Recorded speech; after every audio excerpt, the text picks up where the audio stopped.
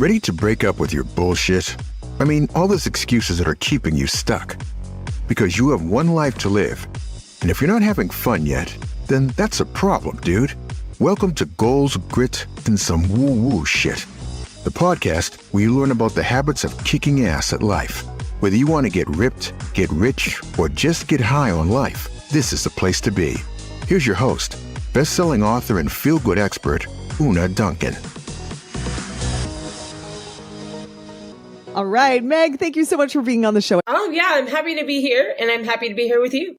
Yeah. So if it's okay with you, I wanted to get right into some sort of nitty gritty teaching style stuff that I've learned from you and that I would love to share with people. So is that okay? Yeah, let's do it. Awesome. Okay. So one of the biggest things that I learned from you was about the Cartman drama triangle and the different types of victim roles that people play. So soon as you taught this to me, I immediately saw it in myself, in my clients, in my family. So exactly. So I would love for you to share a little bit about those victim roles that people play. Oh, absolutely. And you kind of got to consider like two things, like the victim mentality, which is not the same thing as being an actual victim. I think that's so important to mention. And then also the story format, because we're raised in the story format, right? Beginning, middle, end, victim, villain, hero. And they're great for, metaphorical learning. And with that said, life almost never actually follows that trajectory, right? And a lot of people might disagree. And that's because a lot of people are still living in the perception of a victim mindset without even realizing it. And perception isn't reality. Reality is reality. And we're filling those roles to fulfill this, story format, because our cute little subconscious mind or inner child says this is how life goes because of all these stories. And we mess everything all up.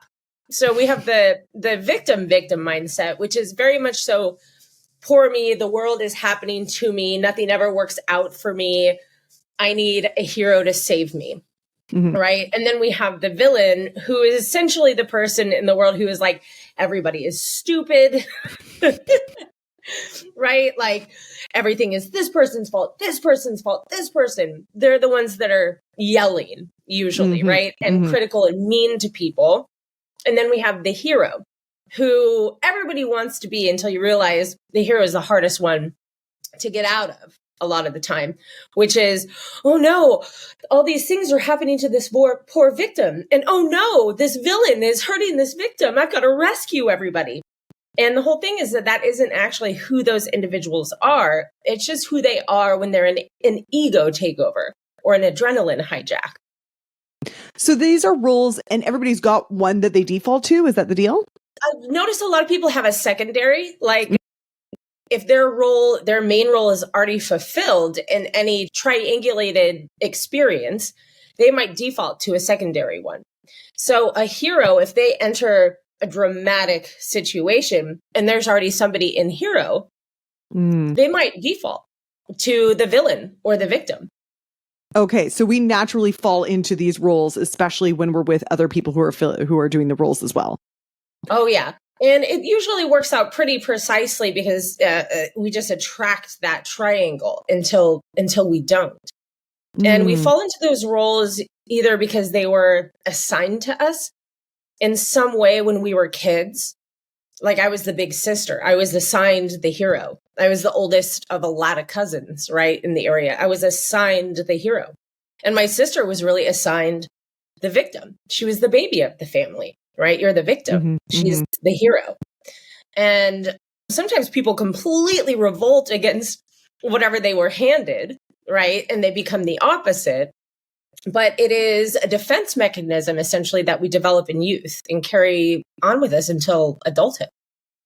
Now, the hero one sounds positive. Like when you describe those, I was like, ooh, I should aim to be the hero. Is that not true? You're like the hero's bullshit as well?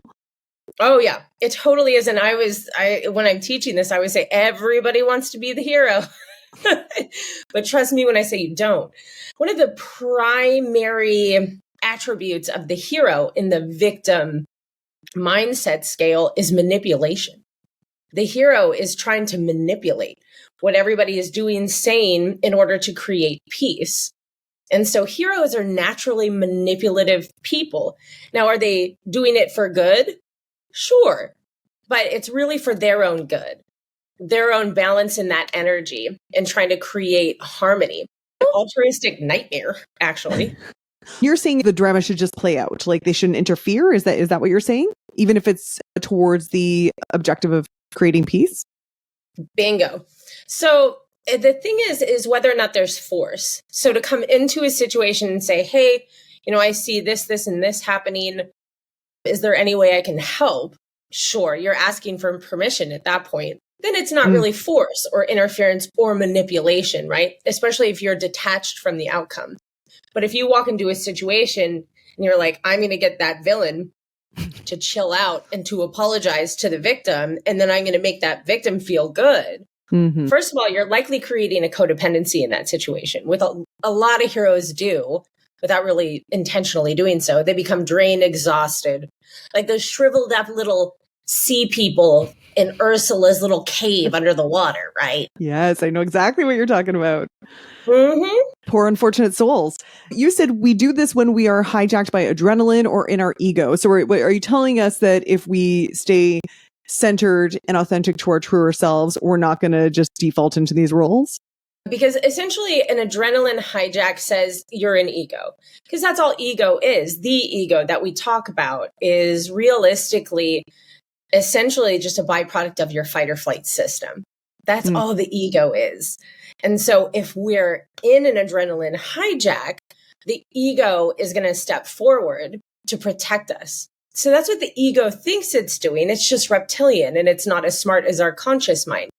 So much about spiritual development is about being able to tell, hey, I'm in an adrenaline hijack, and that's normal because I'm a pretty ape. That's how this works.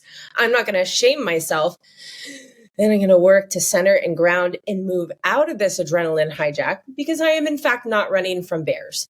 That's great. That was a very good synopsis of spiritual work. Is that all we got to do, Meg, and then we're done? Or honestly, it sounds really bizarre, but if that is the only thing people focused on, they would be good to go. That's awesome. Okay, so we have our victim roles that we play, and then we also have stories about ourselves.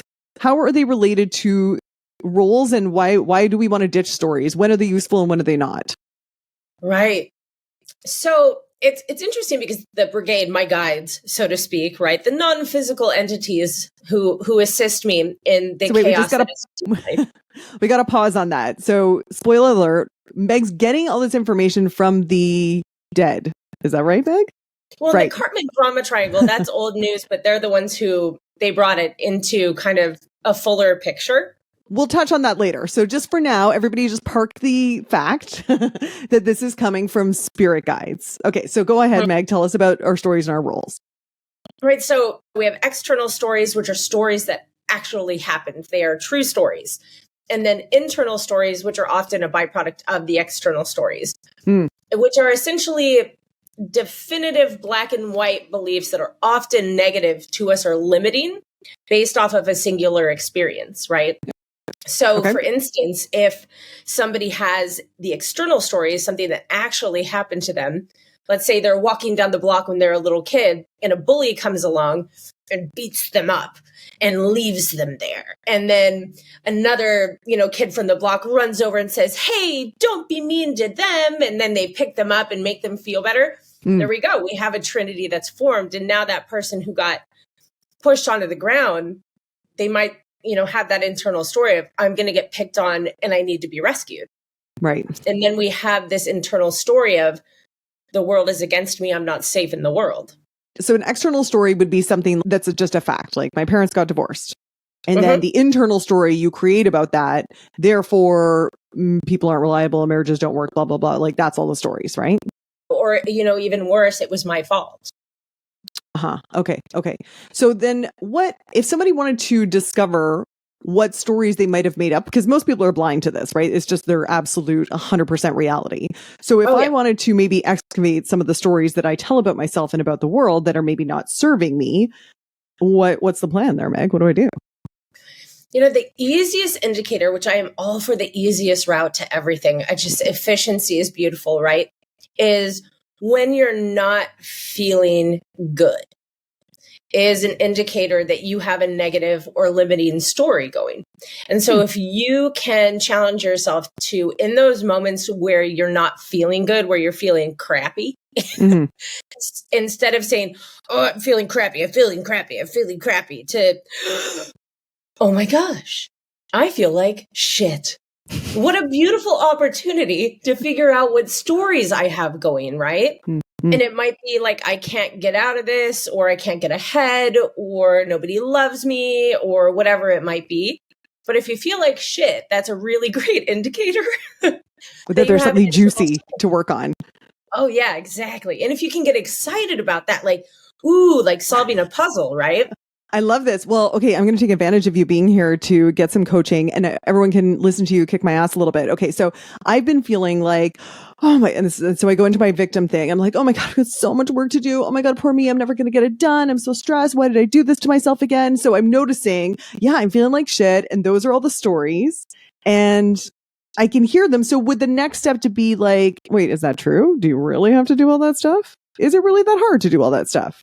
Am I on the right track here?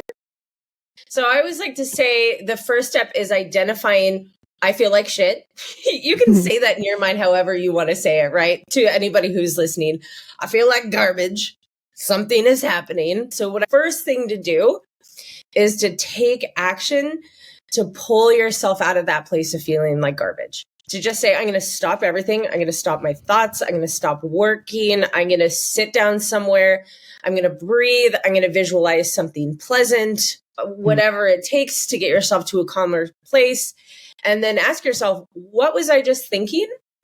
And what was actually factually true? Right? Because you can't change something that's make-believe. You just got to let the make-believe go. Right? Okay. And then, factual stuff. I do have a lot of work to do. That is factual. Do I have to do all of it? Okay. Or do I get to do all of it? Oh, good one. Thank you. And then also be nice to yourself. It's okay that you feel overwhelmed, right? And a lot of times we're shaming ourselves for feeling the way we feel about something. Oh, totally. Totally. I do that about the work stress because then I do. I'm like, oh my gosh, I can't believe I'm stressed. And people have much bigger stresses than I do. And I also hear my clients do that a lot with body shame because they know, oh no, I'm supposed to love myself right now. Oh, I'm so mad at myself for not loving myself. You know what I mean? It's like this meta shame. Yeah. Oh, meta shame. Oh my gosh. That needs to be a book. Totally. So when we were working together, I remember there was a culture in our course about triggers. And it's like this, when you're like, when you feel like shit, get excited. And we were kind of like that about triggers. You would say that if someone starts to feel triggered, we'd say, you're welcome, because it's a great opportunity to go and explore what that's about. And I think that we have this culture where triggers are perceived as very bad. You know, in my world, people will get, I just got triggered to eat, or I got triggered by a post that was really fat shamey and it made me feel awful. Like, so these are examples that would happen a lot in my world. But can you talk a little bit about how we can deal with our triggers? Right. Absolutely. So, it's worth mentioning that not wanting to trigger people and triggers being viewed as negative is definitely more heavily weighted on the kind of female side of things, right? Because we're kind of programmed from a very young age. Oh no, you don't trigger anybody. You're a sweet little Disney princess that makes everybody happy, right? Oh, yeah. Whereas men, and boys, they're generally not raised in that same way. They're allowed to get in fights and be aggressive and trigger each other. And it's kind of like, oh, boys being boys, right? Mm-hmm. So worth mentioning, just sort of as an umbrella to all of this. And so one of the things to remember is when you are triggered, you are most likely in a victim role immediately. Ooh. It all happens so fast, trigger stories, rolls, boom, millisecond, you're there. Adrenaline. So if you're looking at like a fat shaming post, right? And you're, let's say, a villain, you're immediately like, this fucker, right? Totally. I'm going to call this person out. With the world, right? Yes. And victim, you're immediately going to go, oh, poor me. They're attacking me in my body. Mm-hmm. And if you're a hero, you're probably in those comment sections like, hey, be nice, everybody. Everybody's different, right? And one of the reasons is because we feel personally attacked. And especially with body stuff, that's going to up the ante. Your ego is going to be like, this body is in danger, which is really going to exasperate things. But even on a mental level, we identify with our body and our beliefs and our thoughts. And so the reason why posts like these trigger so many of us is because we see it as a threat to our identity itself. And which is why detachment is such a big part about spiritual development. Because if you can detach, right, from, you in general, or anything that's attached to you, like your worth is attached to this, that, and the other, you can see anything on social media and be like, wow, well, that was a jerky post. And then you can keep moving. And feel nothing about it and just feel like shrug. You wouldn't feel like I got to call them out. I got to whatever. You just be like, oh, that's interesting. That person feels like they get to post that. Right. And just maybe even a giggle. Because sometimes mean posts are, you're like, oof. Oh, geez. And also that it will change the algorithm of what you see. Let's say just social media. Now, are you talking specifically about social media algorithms, or are you talking about like in a spiritual way, you will attract something different? Both, right? Okay, yeah.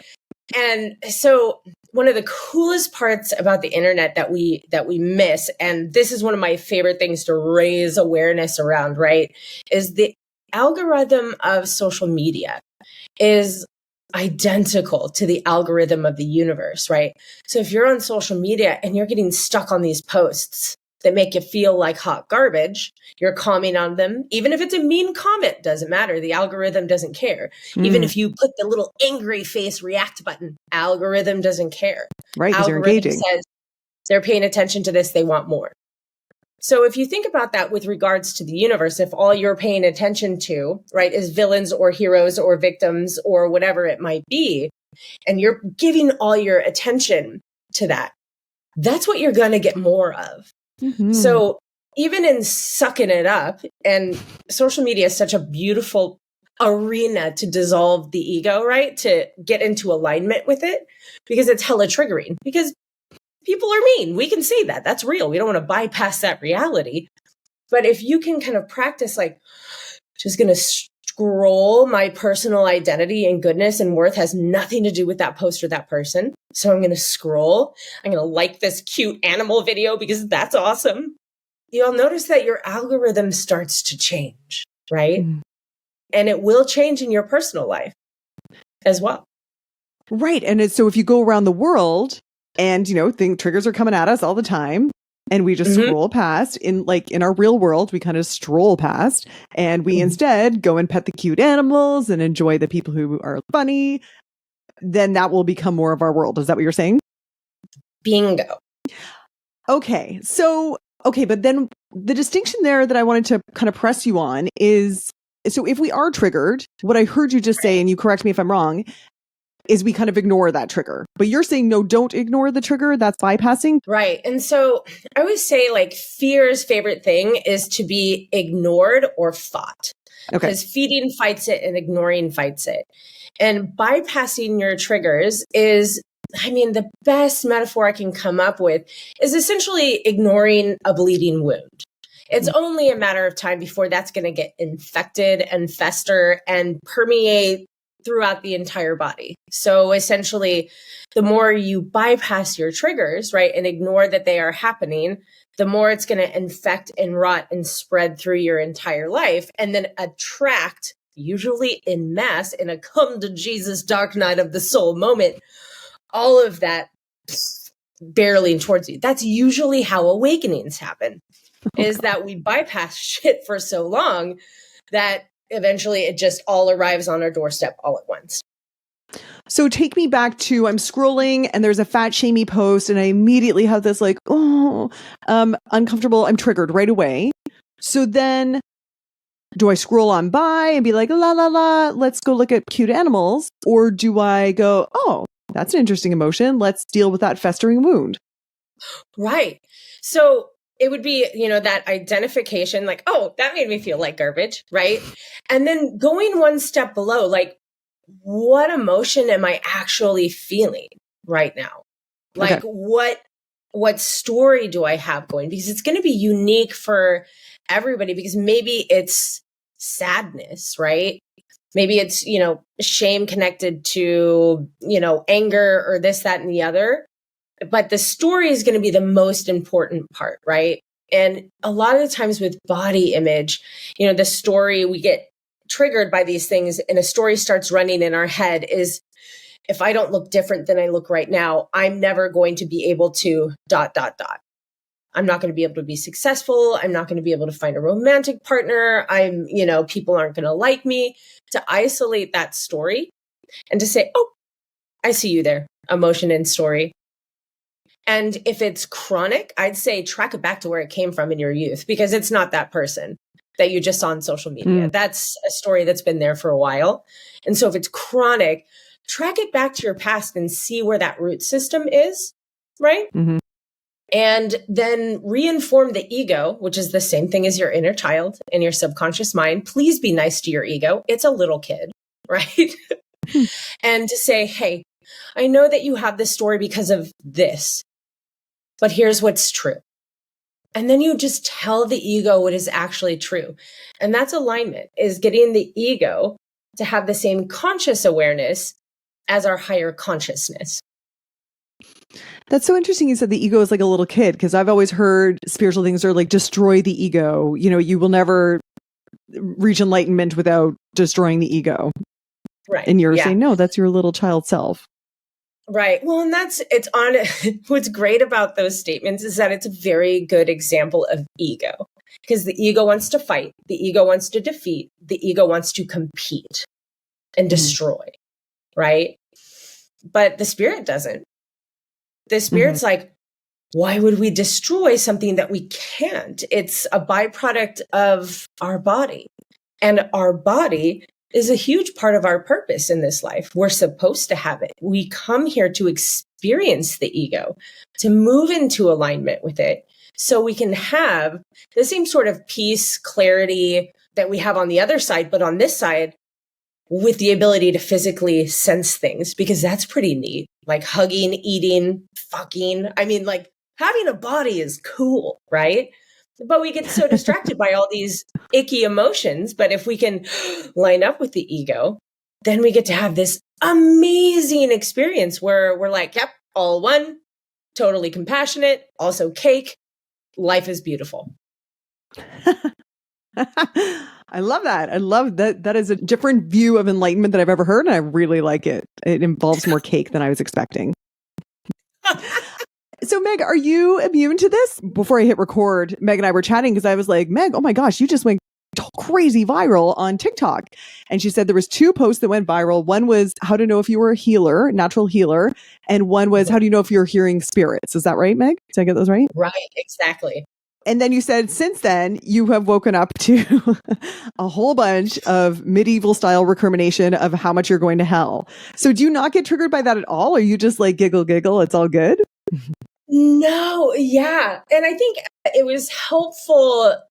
It's interesting saying this now. It was helpful that I was raised in the church. I was raised in Bible school, and I was always a very curious kid. And that religion didn't make a lot of sense to me. And so I had been used to that opposition since kindergarten.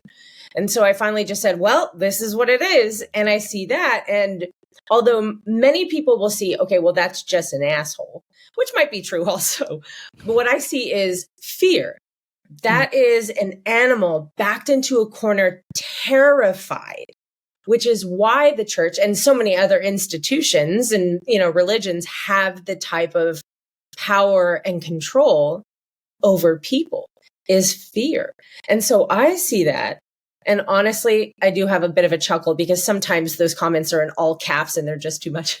But realistically, I just have compassion for it, because if this person is that afraid to turn the all caps on and write me a paragraph about how they rebuke me in the name of Jesus and I'm a demon and all this jazz, imagine them at home just like shaking with their phone. This is the scared animal backed into a corner. And do you not get scared when you feel that energy coming towards you so strongly? And when you're out here saying things like, yeah, this dead person told me this, and this is what's what spiritually. I mean, I think I'd be really fucking scared to put all that stuff out there. It was at first. It really was. I always say the ultimate light worker curse is the fear of being burnt at the stake. So at first, I think what got me when I first started moving into like part-time being Reverend Meg, so to speak, was I would get this backlash from time to time. For the most part, it's all positive. Like, right, I've got like 98% like rock on, and then 2%, I'll rebuke you. Yeah. But in those moments, what I realized triggered me the most about that was, oh my gosh, I swear I'm a good person. Do you need help? I will help you. Right? Like I used to rescue, I still do, kind of feral animals. And, you're trying to help them and they're like, and you're like, I swear I'm a nice lady. I'm just trying to help you. Yeah. And so once I set that down and said, okay, that's where they are and that's fine. It's interesting. And I attracted less and less and less of that. And like, it's a miracle in my opinion, even if you think like Facebook, like I gained 200,000 followers, like overnight practically. Yeah. And there's just comments on comments. And to be in a place where like literally 98% of them are positive, I think a lot of that is because I stopped paying attention to the people who are in opposition to me.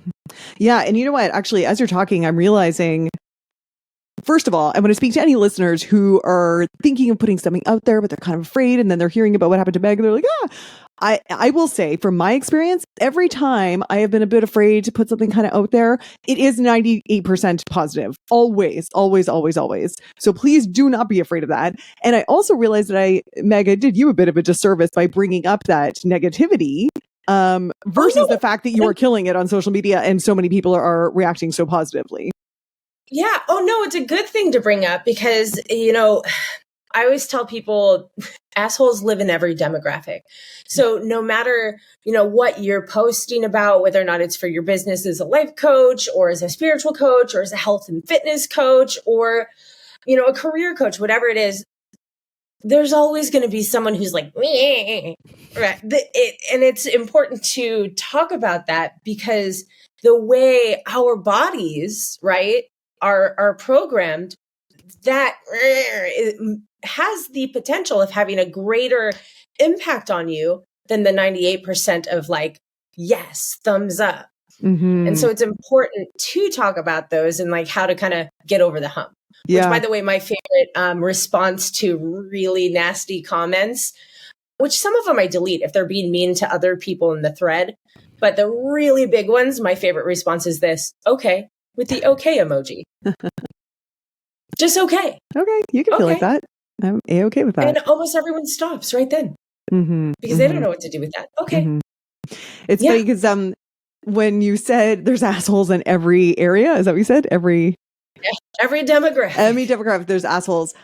I love that. And I think you're absolutely true. No matter what you're putting out there, there's people who are going to have strong feelings about like the dumbest shit. But also, I'm sure there's people listening who are like, wait, spiritual people can't say that there's assholes.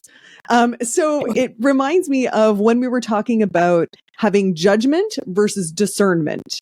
So there's being in judgment of people like you're a total jerk, you deserve to, versus discernment of, looks like you and I aren't connecting. I'm going to make a choice to have some boundaries and take some distance. Right? Can you tell us a little bit about the difference between judgment and discernment? Absolutely. And like I always tell people, remember, these things are definable, right? I mean, asshole, that might be like a Urban Dictionary definition, but it's definable, right? A jerk, that has a definition. A bigot, that has a definition, right? It's not necessarily as an insult as much as a definable word, right? And it's okay to identify like, well, that person has got some bigotry or some prejudice. And I think we take steps away from identifying that because we like to hide and bypass from negative things, or we could just neutrally assign a definition to this, which is discernment, right? Like someone coming at me, I rebuke you in the name of Jesus. Like, okay, there is somebody who is most likely afraid and bigoted towards non-Christians. Right. That's neutral. It's not negative. And it's okay to identify that and say, we probably can't be friends on Facebook. And that's okay. And that's okay. Yeah. Yeah. Okay, great. So all of this is coming from spirits. Like tell us about how that happened when you started hearing spirits. And if you were brought up in the church, did you think it was Jesus? Like what happened there? And how did you come out? It was just when I was younger, and a lot of people experience spiritual entities this way. So this one might catch some attention with people is a lot of times we will witness spiritual entities as like mirages, like heat off pavement, or even shadow figures, which have gotten a really bad rap. Like shadow people, by the way, that's just literally the number one way we shadow people. It's just how your brain is perceiving non-physical energy, which it really doesn't know what to do with it first, to be perfectly honest. The brain's like, this, I guess. And so when I was little, they were around a lot. And there was a lot of telepathic communication. I guess it's really claircognizance. And they would let me know that certain things were going to happen before they happened. And that was nice. And at one point in time, I had this really freaky encounter with what I now know to be my paternal grandfather and my protector, but it spooked me. And I just went, no. And I had already told like my grandparents about it. And my grandpa was the one who said, that's okay. That's normal. But, they're not supposed to be here. So you shouldn't talk to them. Oh. And ironically, when he was starting to, when he started his journey towards crossing over, when he was in his 90s, that's when I actually discovered like this huge family secret. My grandfather has seen spirits his entire life. Is it genetic? Is there a genetic gift to being able to interact with the spiritual realms? Absolutely. So anyone can do it. It's almost anybody. It's like basketball. Anybody can play. Not everyone's going to be Michael Jordan. And a lot of that has to do with genetics, right? And so there actually are genetic components to making someone better able to communicate with spirit side because they're more sensitive to energy. But there's also skills that you can learn, just like basketball drills. Like anyone can get pretty good at it if they try. Anybody. Absolutely anybody. And so when mine came back, it was Paul at first, who is what my church calls a joy guide. He projects as a 7-year-old boy. But I start seeing this as I was like, as I told my best friend at the time, I keep seeing this dead kid out of the corner of my eye. That and it's not okay. out. Right. And I was a child development psych major. So I'm like, I've got a lot of things happening neurologically. Obviously, this is, ipso facto.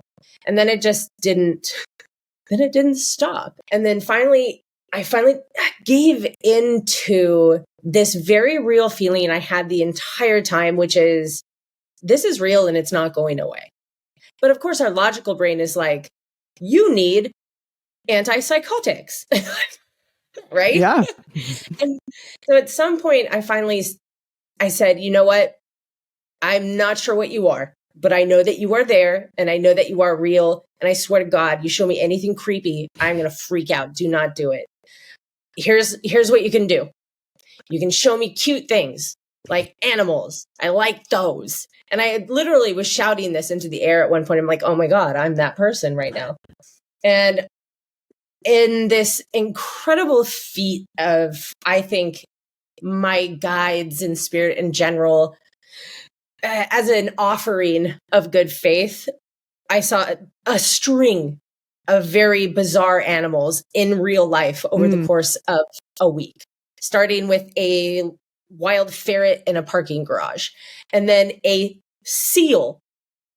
And lifeguards literally bring a seal into my place of business, a baby seal, and a couple cockatoos, a sugar glider. These are not normal animals at all. An iguana, all over the course of like a week. And so I said, all right, well, that was fancy.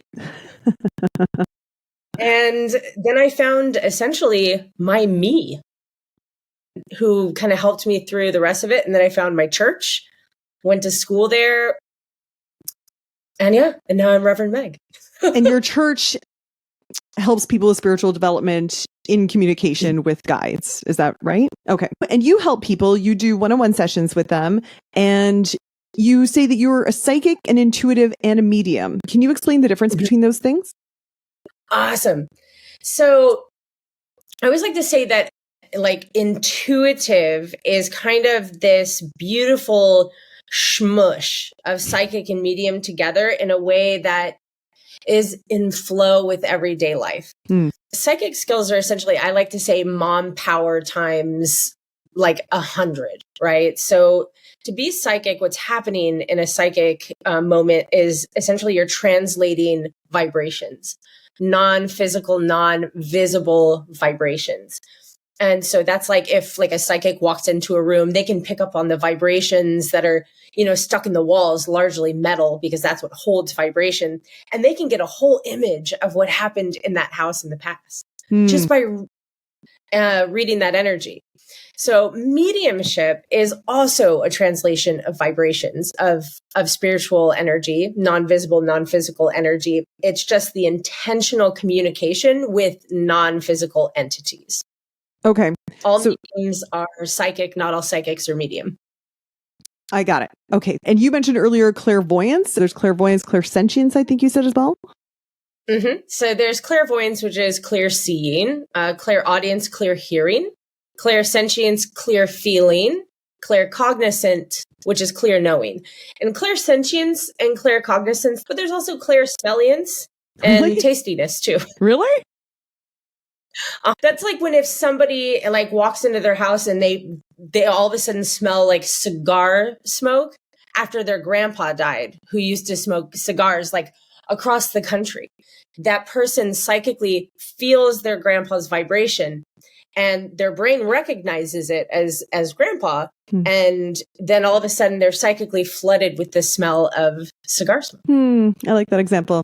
When I picture a traditional idea of a psychic, it's like someone who tells you your future, like whether you're going to marry a tall, dark and handsome stranger or whatever. So how does psychic predictions work with the idea that we also have free will, like fate versus free will? What do you have to say on that? It's just a minor topic. Awesome. So fate is a fallacy. It is so important. We don't necessarily love that statement as a collective because uncertainty is our kryptonite. But if we embrace it, because uncertainty is freedom. If anything was certain, we would have no freedom. And so when it comes to predictions in the future, oh gosh, I forgot which Avengers movie it is. Maybe because all the guys that are in it are so handsome, I can't remember what's what.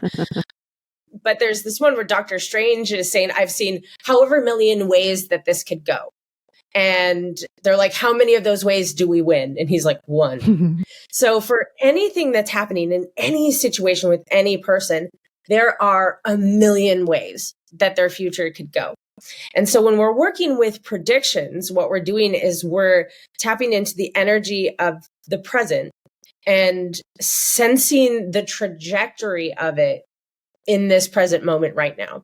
So that could shift and change, all over the place, right? Because that person could forget their keys the next day, run back in the house and then leave and then get in a car accident. And then that possible future is now shifted again. And it's an effortless, constant shifting that will always work in your favor if you choose to believe it will.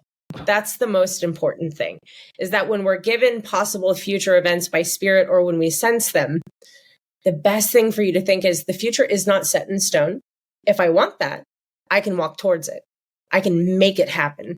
If I don't want it, I can do the opposite. Oh my gosh, I want to ask you more about that. And I also just want to offer to listeners, once Meg explained this to me, as in, it's like if someone was pulling back an elastic band and aiming it at something, and then the psychic will say, well, this is what it's aimed at right now. This is where the energy is aimed to release towards this particular destination. But you can shift exactly where that elastic band is aimed at any time. At any time. So what you just said there is anything is possible if you believe it is. Yeah. What about the people listening to that and they're like, I just don't. Like when I tell my clients, you have to love the body that you're in right now. Otherwise, you really probably won't get the results that you're looking for. If you are, looking at the mirror and thinking, how did I allow this to happen? Oh, well, I guess, menopause is taking its toll. And I get, and look at I think my arms are getting chubbier. Like if you have all those negative thoughts, you're just going to reinforce it and it's going to happen more. Whether you want to believe that in a woo-woo way, or if you want to believe that in a really practical way, in that you will put yourself in a state that will probably make you self-comfort in the ways that aren't serving you. So, but then the response I get back from that is people are like, yeah, but I can't just like change my thoughts. Like it's kind of what I believe. So for those who heard you say that and they're like, yeah, I'd love to believe that I can make $1 million tomorrow, but just can't. What would you say to people who are really having trouble shifting their beliefs towards the positive? I think a lot of it is practice, right? It's a practice, like doing anything, learning how to tie your shoes or learning how to knit or how to crochet.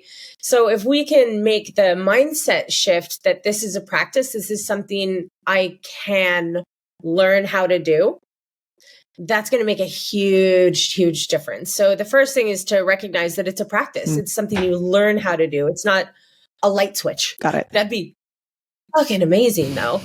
And secondly, I think a lot of it has to do with you giving yourself permission, because we are raised in the school system by our parents. I mean, the kids now, we get a little easier, and I'm glad that we are raised in a way that is critical.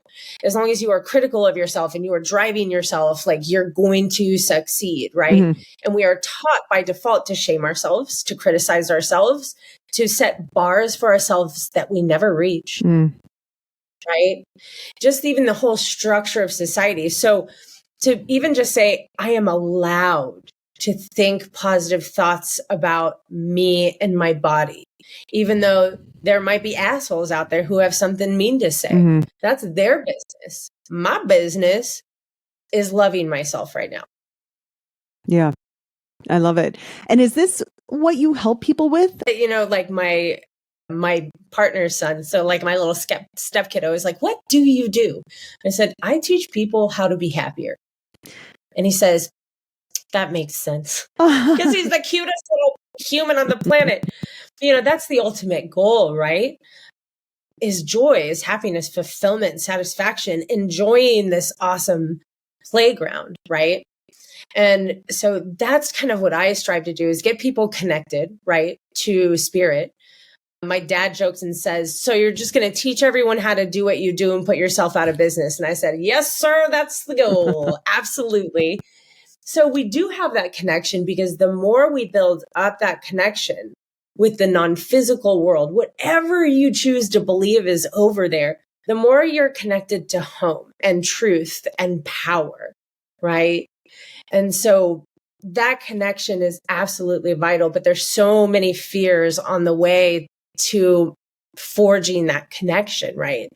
So in a nutshell, everything I do for me is essentially isolating and targeting fear, shame, and resistance, because that is the unholy trinity of everything that holds us back. That's what's getting in the way. And I want to talk to you about that, but before I do, when you say, you help people connect to spirit, could that also be like to their wiser self, to like, for those who are like freaked out by the idea of spirit? I mean, you can work with that too, right? Oh yeah. So like I always say, like intuition in a way is just spirit communication between your mind and your own spirit. Right. And it's like also something to remember in like fear of spiritual entities. Remember, you literally have one living in you. Right. But it's spooky at first. So I get it. But yeah, the inner self is the most important place for your attention to be no matter what. So tell us about that. What did you say? Fear, shame, and resistance. Okay.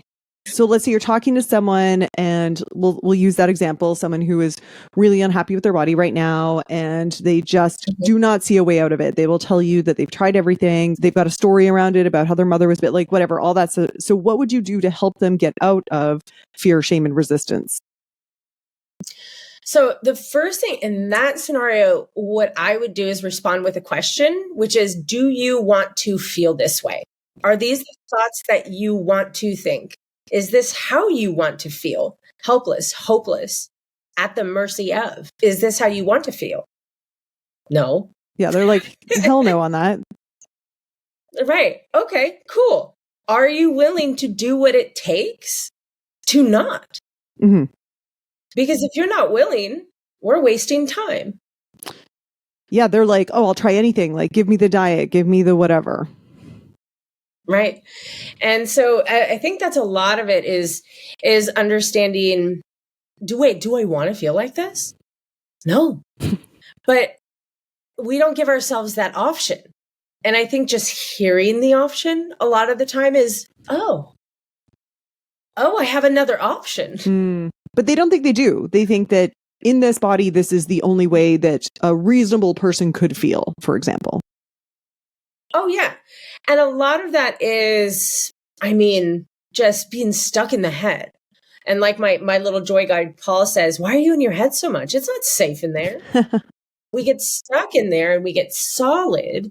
And a lot of that is because the ego will do anything, up to and including complete total self-sabotage to prove itself right. And so for whatever reason, your ego believes that it is safer for you to stay in that place of negativity. Mm-hmm.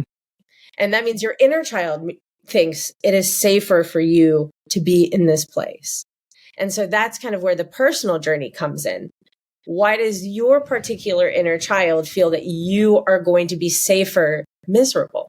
So then you would work with them on that, and then also help with those feelings of shame, fear, and resistance.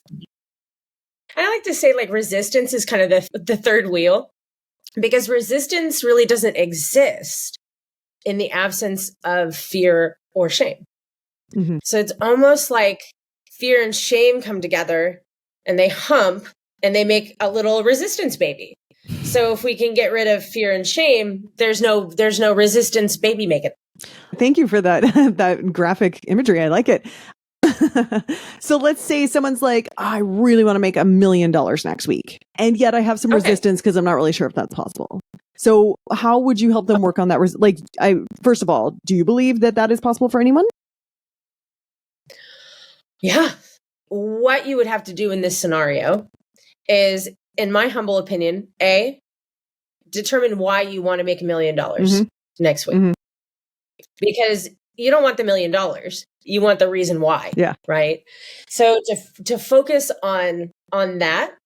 And the key is to allow that to be your primary focus, but enjoy. And then pretty much anything is possible. Like, Andrew, another one of my guides, one of his favorite things to say to people who want to make a lot of money or start a business is, if teenagers can make tens of thousands of dollars a month eating weird shit on YouTube, you can do anything. That is a very good point. And so it's absolutely possible.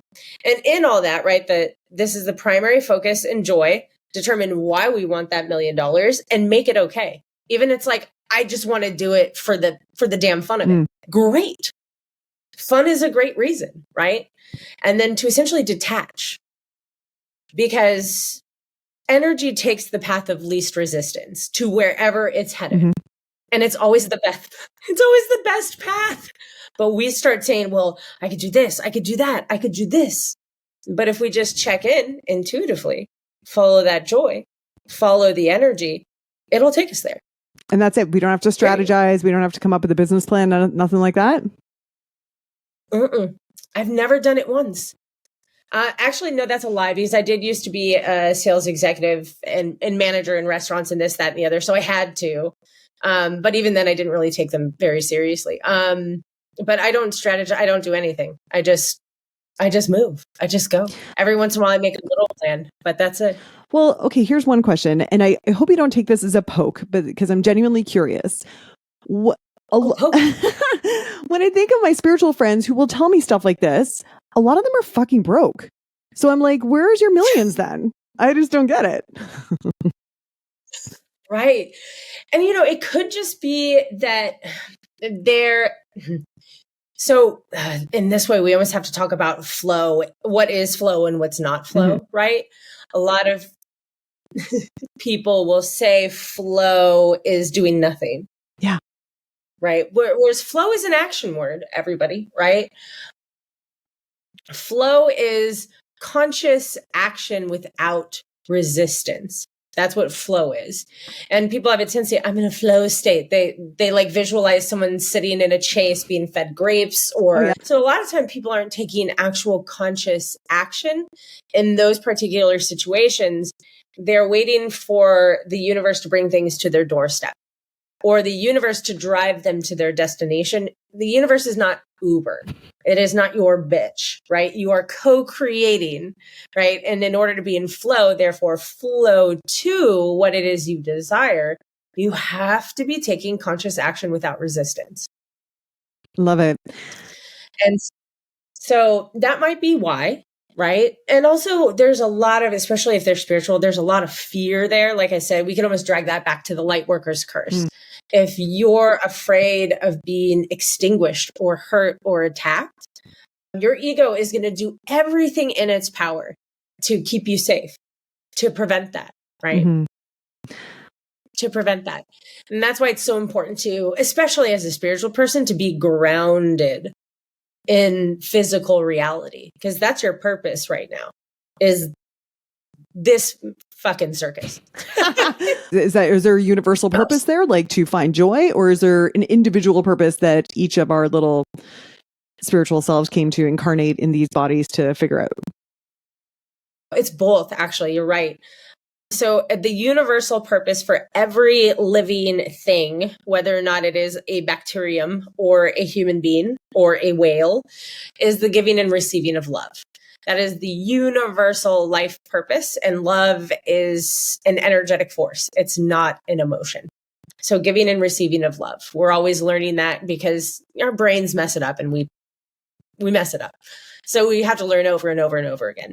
And then we'll all have our own personal list of lessons we're learning and experiences that we want to have. And how do we find that out? By looking at what's triggering us? I mean, like, there's a hint. Right. A really good way of identifying it is looking at your life and seeing the theme of not only what comes up, but your reaction to it. Because someone with, let's say, the life lesson of anger, that could actually be a life lesson. Somebody learning as much as they can about anger. Maybe in their next life, they want to come back as a psychiatrist that specializes in anger, right? They can encounter the same exact situation as someone whose life lesson is, let's say, vulnerability. And how they respond to that situation is going to be locked into those primary life lessons, right? So this person might get angry at this situation, whereas this person might feel like they have to become invulnerable in that situation. So check out the themes of your life, the reoccurring like events that seem to be cycling through, and your reactions to it, responses to it, your feelings about it, and be able to say, geez, I think I'm learning communication here. Or I think I'm learning vulnerability or compassion. Like if compassion's a big one. If you feel like the universe is just pushing these scenarios towards you where it's hard to have compassion for people, compassion is probably one of your life lessons. Have fun. Meg, I know that people are going to listen to this and they'll probably want some one-on-one time with you or learn more, follow your viral TikToks. Tell us what's the best place for people to get in touch with you and learn more? Probably through my website. That's also where all my guided meditations and the free boundaries workshop live too. And those are great tools. Yeah. And I just want to put out a strong recommendation for Meg's meditations. They are so awesome. So awesome. I use them all the time. So thank you for that, Meg. And I will put links to all of that in the show notes. And just before we close off, Meg, do you have any messages from yourself or from your guides for the listeners who are listening to this? And maybe they're not feeling so great about themselves right now, or maybe they're, working on fitness goals and it's feeling like a little bit of a slog. Any messages for them? Well, I just had someone come in, so I can grab one from her. Great. But the first thing I want to say before that is, even in my own kind of struggle with my weight since the pandemic, which I've never had to struggle before. I know, how dare I say that? But I bumped into this moment where I was like, I hate my own guts. I really do. How did I that rapidly gain 30 pounds? I'm almost impressed by myself. I mean, it was impressive. French fries is the answer, by the way. But I was talking to Running Eagle, my healing teacher, about it. And he says, the first thing you've got to do is love yourself and love the body that you're in. That's the only way you're moving forward. And so when Una says that to you, everybody, also please know that the infinite wisdom of a spirit said it as well. But let's see what Miss Cassandra has to. Miss Cassandra is my main guide, and she's far more popular than me because she's super cool. And she's like my spirit BFF. And so she's giving me this really cool image of imagine a sidewalk that's infinite. And on the sidewalk, on a wall, there's mirror, mirror, mirror, mirror, mirror. And then standing in front of every mirror is essentially a woman of every imaginable size and shape. And what's facing them is essentially a bunch of spirits. And the clamoring of communication between the spirits is, look how beautiful everybody is. Look how different everybody looks. Wow, what a lot of variety. And Cassandra is giggling. And she says, on the other side, we pretty much all look the same, just an orb, a floating egg that is glowing. And so to be able to see people and be people, the unique differences between all shapes and sizes, well, it's fairly extraordinary, entertaining, and wonderful for us. And perhaps it cannot be said as many times as necessary, but we'll say it again anyway. We wish that you could love yourselves as much as we love you and see yourself as beautiful as we see you. And we know that you may want to make improvements in your mind, improvements. That's important to mention. It's in your mind. What is an improvement and what is not? That's fine and well. And so it is all a matter of, well, firstly, not shaming yourself for who you are, not shaming yourself for wanting to make improvements, and just choosing to, if anything, have fun with it. Because when we are in joy and we are having fun with anything, choosing to have fun, all of a sudden the truth starts to shine through. And the ultimate truth that any of us need to know in any particular life is that not only are we lovable exactly how we are, when we are infinitely loved beyond our comprehension by things that we cannot see and touch. And not only that, we are loved by other people in our life that much too. But we get so caught up in hating our own self that we block the love coming from other people. So at the end of the day, just try to have fun. And that might iron out all the wrinkles that you're looking at right now. Iron out all the wrinkles. Oh, I loved that. I love that advice. Yeah, that's great advice, whether it comes from the beyond or not. And actually, one final thing, Meg, I heard you say once that you're like, if I get proven wrong and that this is all bullshit and I never have talked to a spirit, you're like, I'm totally cool with that. That's totally fine. Yeah, detachment. Because it's realistically, it's funny, I told my dad about this too. Even if somehow it is scientifically proven beyond a shadow of a doubt that I am batshit, right? I don't care. Because the communication with them, I can't even, there aren't words to describe how extraordinarily it improved every single aspect of my life, cellularly. Yeah. And I've had people say that, do you really think that that's really coming from the spirit world? And I'm like, well, I don't really care. It's good shit. I don't care where it's coming from. Right. Exactly. And then like, even if I'm dying and I figured out it's wrong, I'm like, well, I totally improved my entire life because of it. So there we go. So whether you are a woo-woo person or not, I really do hope that you took Cassandra's advice to heart. And it really is all about having fun and loving yourself right now. It's perfect. Meg, you're amazing. Thank you so much for coming on and letting me grill you about all this stuff. You are welcome. Thank you for having me. You are an amazing unicorn. Hey dude, thanks for listening. If you like this episode, make sure you're subscribed so you can get the next one. And by the way, if you rate and review this podcast, it really helps me get found by other people who need some goals, grit, and some woo-woo shit. And be sure to connect and DM me at Una Duncan on Instagram and let me know what you thought of the episode. Chat soon.